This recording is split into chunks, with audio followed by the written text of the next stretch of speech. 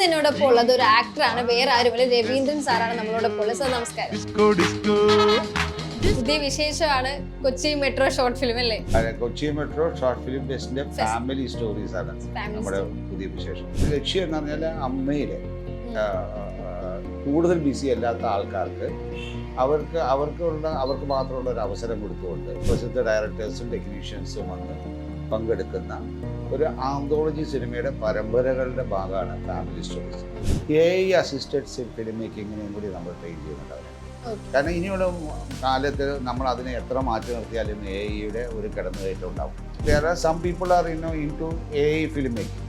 AI വെച്ചിട്ടുള്ള computer generated actually with AI അസിസ്റ്റൻസിലെ computer generated image വെച്ചുകൊണ്ട് മാത്രമുള്ള സിനിമകൾ. ഇതിൽ ഡയറക്ടേഴ്സ് ഒക്കെ ആരാണ്? ഇതിലിപ്പം പിഷാരടി ഉണ്ട്, ജിബു ജേക്കബ് ഉണ്ട്, നെക്കാട്ടിൻ, അങ്ങനെ പത്മകുമാർ. ക്യാമറ ചെയ്യുന്നത് സുകുമാർ, പി സുകുമാർ. ജിബു ആണ് ചെയ്യുന്നത്. പിന്നെ ആളകപ്പനുണ്ട്. എത്ര നാളായിട്ട് നിങ്ങൾ ഫ്രണ്ട്ഷിപ്പ് ഉണ്ട് മോഹൻലാൽ സാറുമായിട്ട്?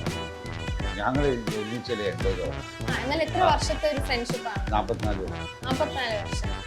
44 ഞാൻ വെടിവെച്ചു. ഫഹദ് ഫാസില് ഫഹദിനെ ഈ കൊച്ചിനെ ഞാൻ കണ്ടിട്ടുണ്ട്. ഭയങ്കര ടാലന്റഡായി. പപ്പയുടെ സ്വന്തം അഭിനയിക്കുന്നത് സ്കൂളിൽ പഠിച്ചിട്ട് വരുവാണ് ലൊക്കേഷനിൽ. ഇവൻ ഭയങ്കര അഭ്യാസങ്ങളൊക്കെ കാണിച്ചു. ഇവനിങ്ങനെ കാലൊക്കെ വീശിരിക്കുക.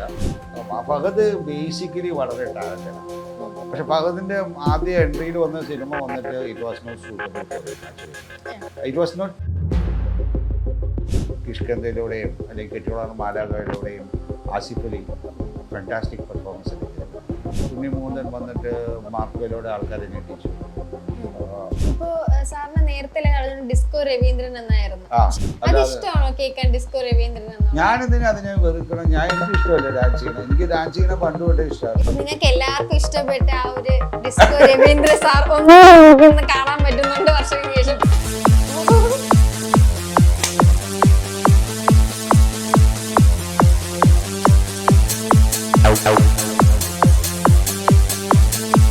Out.